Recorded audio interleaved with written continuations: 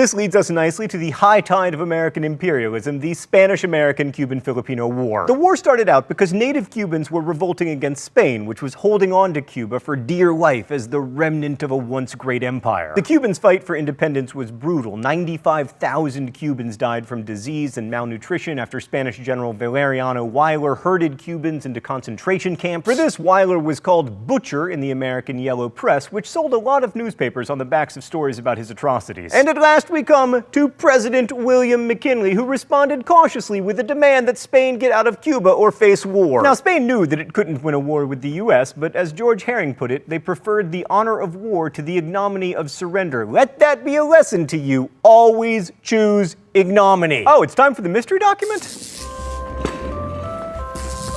The rules here are simple. I guess the author of the mystery document, I'm either right or I get shocked. All right, let's see what we got today. With such a conflict waged for years in an island so near us and with which our people have such trade and business relations, when the lives and liberty of our own citizens are in constant danger and their property destroyed and themselves ruined, where our trading vessels are liable to seizure and are seized at our very doorstep by warships of a foreign nation, the expeditions of filibustering that we are powerless to prevent altogether, all these and others that I need not mention, with the resulting strained relations, are a constant menace to our peace and compel us to keep on a semi-war footing with a nation with which we are at peace. Thank you, Stan. This is obviously President William McKinley's war message to Congress. You can tell it's a war message because it includes the word peace more than the word war. By the way, it's commonly thought that President McKinley asked Congress for a declaration of war. He didn't. He let Congress take the lead. That's the only time that's ever happened in all of American history, which would be more impressive if we had declared war more than 5 times. So the document shows us that, at least according to McKinley, we officially went to war for American peace of mind and to end economic uncertainty. It was not to gain territory, at least not in Cuba. How do we know? Because Congress also passed the Teller Amendment, which forswore any U.S. annexation of Cuba,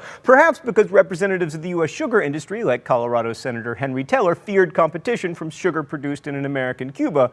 Or maybe not, but probably so. Also not the cause of the war was the sinking of the USS Maine. The battleship, which had been in Havana's harbor to protect American interests, sank after an explosion on February 15, 1898, killing 266 sailors. Now, most historians chalk up the sinking to an internal explosion and not to Spanish sabotage, but that didn't stop Americans from blaming the Spanish with their memorable meme, "Remember the Maine, to hell with Spain." Let's go to the thought bubble. The actual war was one of the most successful in U.S. history, especially if you measure success by brevity and relative paucity of deaths. Secretary of State John Hay called it a splendid little war, and in many ways it was. Fighting lasted about 4 months, and fewer than 400 Americans were killed in combat, although 5,000 died of, wait for it, disease. Stupid disease, always ruining everything. There weren't a ton of battles, but those that happened got an inordinate amount of press coverage, like the July attack on San Juan Hill at the Cuban city of Santiago, led by future President Theodore Roosevelt.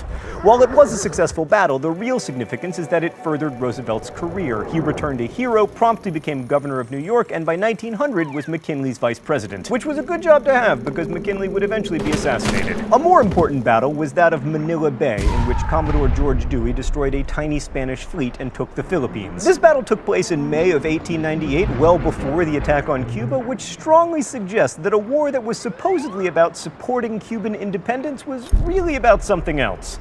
And what was that something else? Oh, right, a territorial empire. As a result of the war, the U.S. got a bunch of new territories, notably the Philippines, Puerto Rico, and Guam. We also used the war as an opportunity to annex Hawaii to protect our ships that would be steaming toward the Philippines. We didn't annex Cuba, but we didn't let it become completely independent either. The Platt Amendment in the Cuban Constitution authorized American military intervention whenever it saw fit and gave us a permanent lease for a naval base at Guantanamo Bay. Thanks, Thought Bubble. So Cuba and Puerto Rico were gateways to Latin American markets. Puerto Rico was particularly useful as a naval station. Hawaii, Guam, and especially the Philippines opened up access to China. American presence in China was bolstered by our contribution of about 3,000 troops to the multinational force that helped put down the Boxer Rebellion in 1900. But in the Philippines, where Americans had initially been welcome, opinions soon changed after it became clear that Americans were there to stay and exercise control. Emiliano Aguinaldo, leader of the Filipino rebellion against Spain, quickly turned against the U.S. because his real goal goal was independence, and it appeared the U.S. would not provide it. The resulting Philippine War lasted 4 years, from 1899 to 1903, and 4,200 Americans were killed, as well as over 100,000 Filipinos. The Americans committed atrocities, including putting Filipinos in concentration camps, torturing prisoners, rape, and executing civilians. And much of this was racially motivated, and news of these atrocities helped to spur anti-imperialist sentiment at home, with Mark Twain being one of the most outspoken critics. Now, there was some investment in modernization in the Philippines, in railroads, schools, and public health,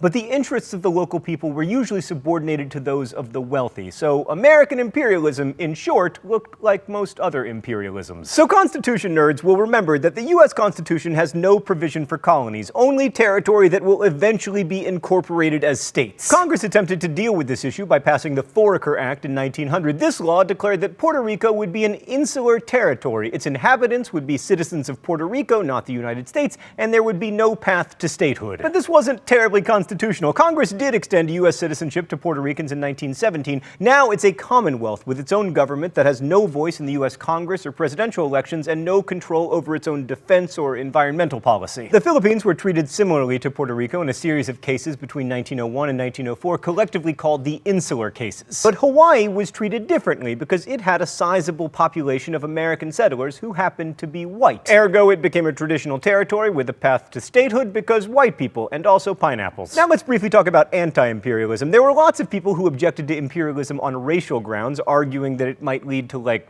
diversity. But there were also non-racist anti-imperialists who argued that empire itself, with its political domination of conquered people, was incompatible with democracy, which, to be fair, it is. The Democratic Party, which had supported intervention in Cuba in 1900, opposed the Philippine War in its platform. Some progressives opposed imperialism too, because they believed that America should focus on its domestic problems. Yet those who supported imperialism were just as forceful. Among the most vocal was Indiana Senator Albert Beveridge, who argued that imperialism was benevolent and would bring a new day of freedom. But make no mistake, underneath it all, imperialism was all about trade. According to Beveridge, America's commerce must be with Asia. The Pacific is our ocean. Where shall we turn for consumers of our surplus? Geography answers the question. China is our natural customer. In the end, imperialism was really driven by economic necessity. In 1902, Brooks Adams predicted in his book, The New Empire, that the U.S. would soon, quote, outweigh any single empire, if not all empires combined. Within 20 years, America would be the world's leading economic power. We didn't have the most overseas territory, but ultimately, that didn't matter. Now, the reasons for imperialism, above all the quest for markets for American goods, would persist long after imperialism became recognized as antithetical to freedom and democracy. And we would continue to struggle to reconcile our imperialistic urges with our ideals about democracy until